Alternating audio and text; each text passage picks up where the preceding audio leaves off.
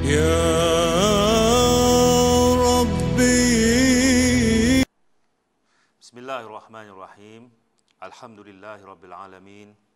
Wassalatu wassalamu ala asyrafil anbiya'i wal mursalin sayyidina Muhammadin wa ala alihi washabbihi ajmain. Assalamualaikum warahmatullahi taala wabarakatuh. Hadirin dan hadirat yang dihormati sekalian, pada hari ini izinkan saya untuk mengutarakan suatu permasalahan yang melanda negara kita pada ketika ini, yang saya merasakan merupakan satu taklif atau tanggungjawab saya untuk memberikan sedikit penerangan serta buah fikiran yang boleh kita sama-sama mendapatkannya dan kita sama-sama membincangkan perkara ini di masa-masa akan datang demi masa depan negara kita Malaysia.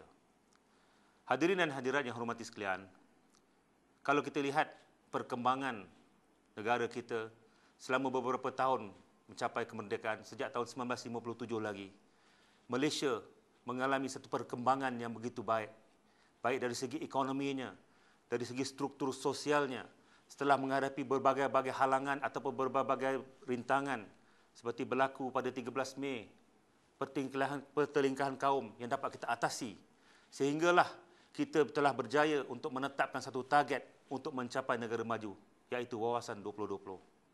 Maka situasi yang sebegini sebenarnya bagi generasi awal Malaysia, bagi generasi orang-orang tua kita yang sendiri berpengalaman, yang menghadapi dan melihat di hadapan mata sendiri bagaimana proses untuk kita menghadapi kemerdekaan sehingga mencapai pada tahap ini, maka perkara inilah perlu dihayati bersama oleh generasi-generasi baru, khususnya saya sendiri sebenarnya yang lahir selepas pasca kemerdekaan. Hadirin dan hadirat yang hormati sekalian, selama kita mencapai kemerdekaan, kita telah sama-sama sebagai rakyat Malaysia untuk mengatur negara ini dengan diikat dengan kontrak sosial di antara kita. Kita juga telah sama-sama faham, walaupun kita terdiri daripada masyarakat majmuk yang terdiri dari berlatar belakang yang berbeza, agama yang berbeza, suku kaum yang berbeza, tetapi kita dapat sama-sama duduk bersama dalam sebuah negara, membangun negara ini hingga mencapai apa yang kita capai pada hari ini. Malaysia merupakan satu negara yang berpotensi besar, khususnya di Asia Tenggara. Dan oleh kerana itulah, kita jangan lupa bahawa sesebuah negara yang mempunyai potensi besar untuk mencapai negara maju, maka ada pihak-pihak yang iri hati, pihak-pihak yang ingin menanggut air yang keruh, dan tak lain tak bukan, kita tahu bahawa Zionisme sedunia merupakan satu pihak yang tidak boleh melihat apa saja, siapa saja ataupun di mana saja negara Islam yang menuju kepada negara maju. Apabila memperkatakan tentang Zionisme sedunia, kita jangan fikir bahawa Zionis sebagai bentuk Zionis itu sendiri akan masuk mengganggu negara kita. Zionisme sedunia bekerja dengan segala kecekapan yang mereka ada. Mereka boleh berupa orang-orang kita yang dipasang untuk sama-sama menggugat kestabilan politik negara kita. Sebagaimana yang saya sebut tadi bahawa, sebagai satu contoh, kontrak sosial yang kita capai selama ini. Malaysia yang terdiri di kalangan Melayu Bumi Putera, China, India yang dibawa masuk ketika pemerintahan British dahulu, telah sepakat untuk bersama-sama bertoleransi, memberikan hak kepada yang berhak, di mana Bumi Putera mempunyai hak dia yang tersendiri, orang-orang Cina mempunyai hak dia yang tersendiri, dan begitu juga orang India. Maka kita telah berjaya untuk membentuk satu kontrak sosial yang telah berjalan dan telah nampak hasilnya pada ketika ini.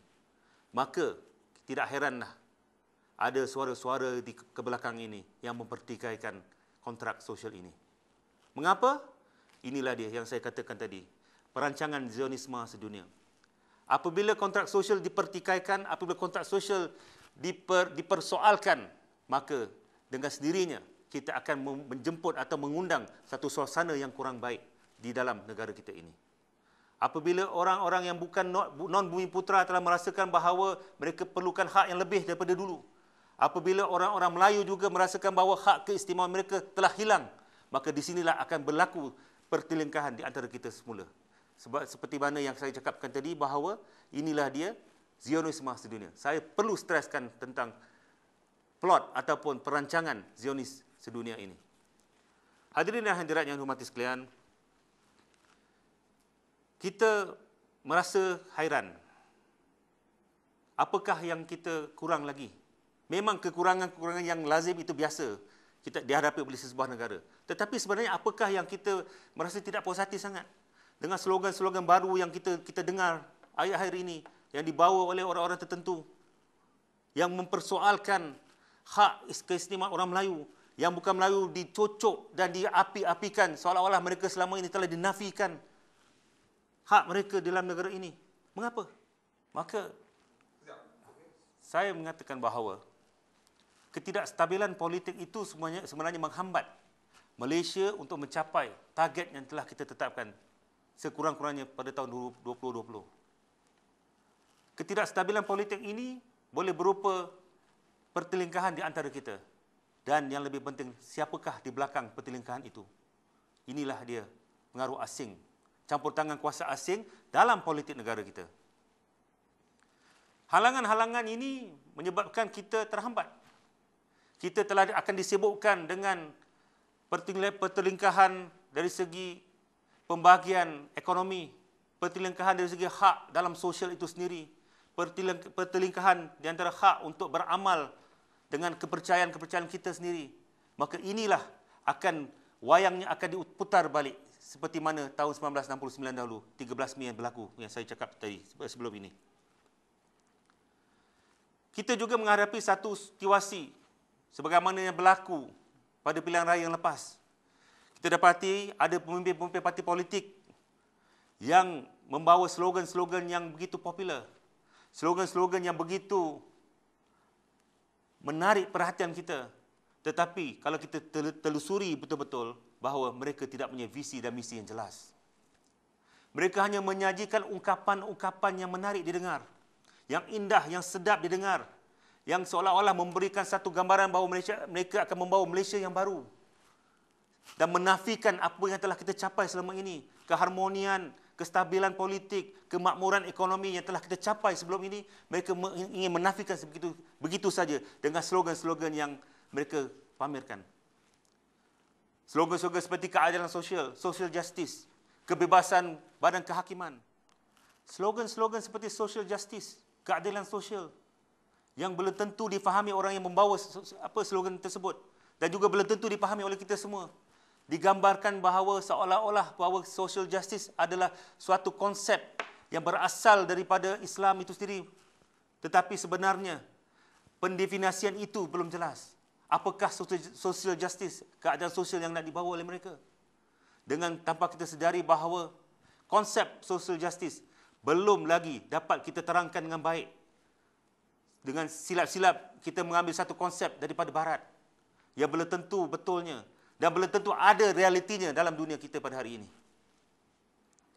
Social justice, keadilan sosial yang digambarkan penyamarataan semua, tidak kira apa, penyelamatan hak dalam sebuah negara, dalam sosial. Seperti mana yang saya katakan tadi, sudahlah dia belum jelas pendefinisiannya. Kerana berbagai-bagai pihak yang membawa slogan yang sama, terdapat pelbagai juga pengertian dari istilah social justice itu. Kita belum tahu lagi apakah pengertian sosial itu sebenarnya. Apakah pula keadilan yang dimaksudkan itu. Apakah keadilan itu merupakan keadilan bagi orang lain. Maka kita tidak mempunyai satu standard untuk mengatakan bahawa ini dia sosial dan ini dia keadilan. Ini hanyalah bagi pendapat saya dan mungkin boleh dibuktikan bahawa hanyalah slogan politik semata-mata.